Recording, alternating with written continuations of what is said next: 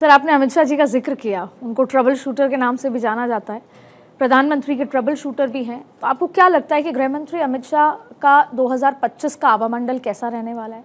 और साथ में सर सबसे बड़ी चुनौती मणिपुर सामने खड़ा है, उसके साथ छत्तीसगढ़ का जिक्र करें, मिजोरम का जिक्र करें, तो आपको लगता है कि 2025 में अमित शाह कंट्रोल कर पाएंगे उग्रवादियों को, या वहाँ पर जिस तरह की स्थिति है उसको कंट्रोल कर पाएंगे?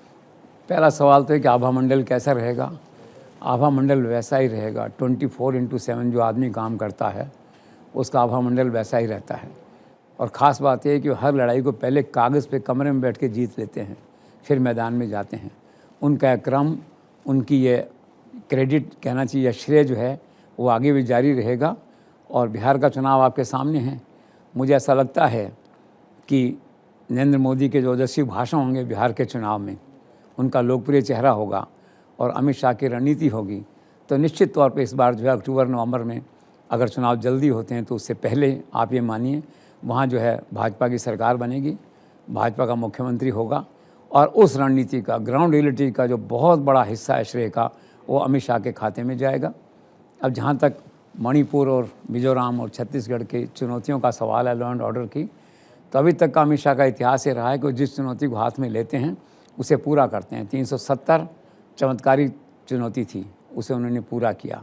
आप देखिए, अब छत्तीसगढ़ में उन्होंने कहा है कि मार्च 2026 तक मैं ख़त्म कर दूंगा यहाँ उग्रवाद जो है। मुझे भरोसा है कर सकते हैं वो, क्योंकि वो प्लान से बात करते हैं, खाली भाषण के लिए बात नहीं करते हैं। रही बात मणिपुर मिजोरम की, तो एज ए स्ट्रैटेजी उन्होंने 2 आर्मी से जुड़े लोगों को वहाँ लगा दिया है, आर्मी और होम डिपार्टमेंट से जुड़े हुए।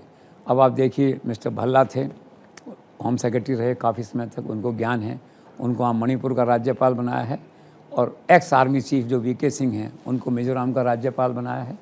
दोनों गवर्नर क्लोज कोऑर्डिनेशन में काम करेंगे, डायरेक्टली होम मिनिस्ट्री के कोऑर्डिनेशन में काम करेंगे। और पहले से ही देखा जाए तो इनडायरेक्टली होम मिनिस्ट्री ने मणिपुर का कंट्रोल अपने हाथ में लिया हुआ है। मुख्यमंत्री सेरेमोनियल है।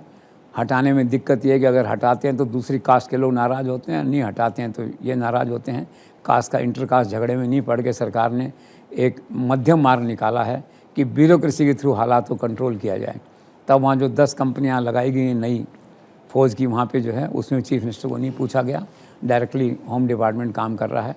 तो मुझे पूरा भरोसा है कि अमित शाह के डायरेक्ट सुपरविज़न में ये जो राज्यपाल वहाँ काम करेंगे और जो स्टेट की मशीनरी काम करेगी, तो ये इशू सॉर्ट आउट ये लोग कर लेंगे, ऐसा मुझे भरोसा है।